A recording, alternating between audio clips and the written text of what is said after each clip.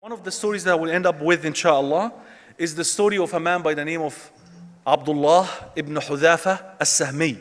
What's his name? I want you to memorize that name. Because if I ask you who's the actor of this movie or the player of this game, we memorize them by heart. We know whom they married to, where they born, when they were born. We know everything about them.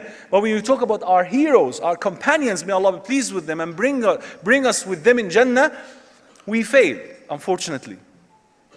So what's the companion's name? Abdullah ibn Hudhafa as-Sahmi. There is a purpose behind me asking you to memorize that name, because there is a homework, inshallah, for you before I leave Perth. There will be a homework, all right?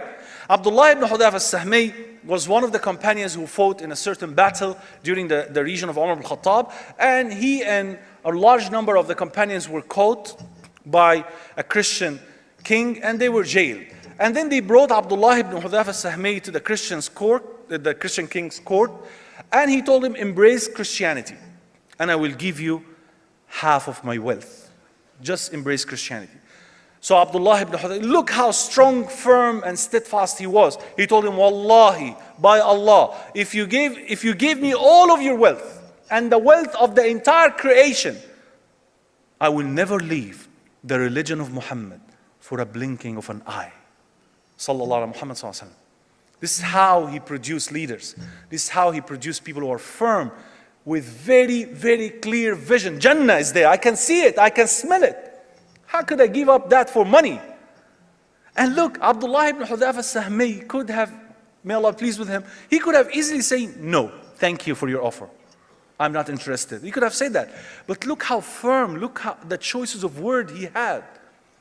By Allah, I will never leave the religion of Muhammad sallallahu alaihi wasallam by a blinking of an eye. He told him, okay, I'm going to give you my daughter in marriage.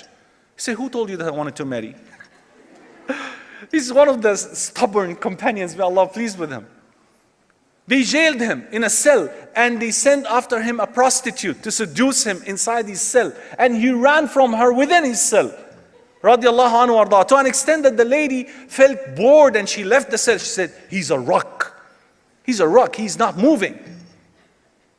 They prevented him from eating and drinking for 3 days, until his neck, radiallahu anhu arda, was twisted from weakness. Then they provide him with pork and wine. He didn't touch them. And they ask him, aren't you hungry? You're going to die. Eat something. He said, by Allah, in my condition, pork and wine becomes halal, because that's the only option I have. But I don't want the Christian king to say that a companion from the Prophet ﷺ have tasted the haram.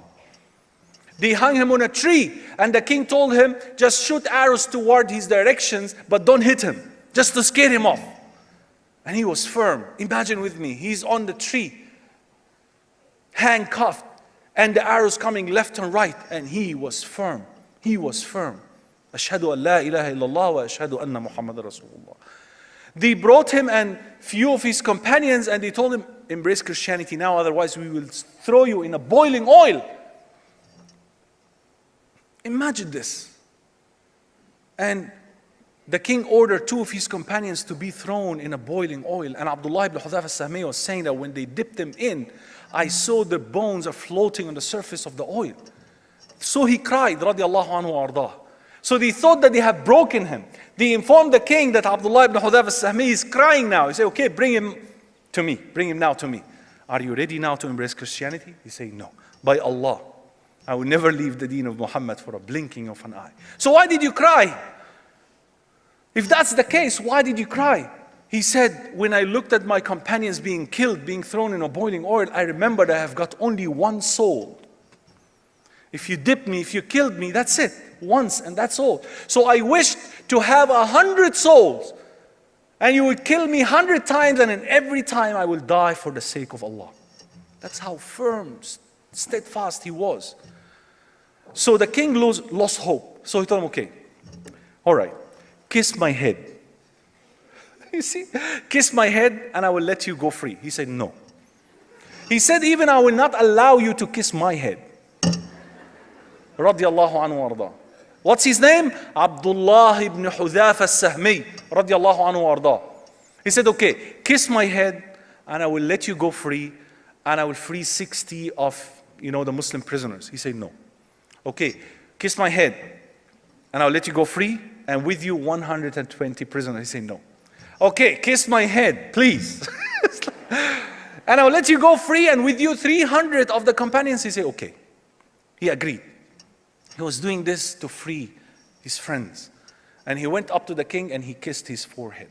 And he was freed with 300 companions. And on the way, some people started talking about this incident that Abdullah ibn Hudhayfa al-Sahmi radiallahu anhu ardah had kissed the Christian king. They were a bit, sad that Abdullah had done such an act. So Umar ibn Khattab radiallahu anhu ardah heard it.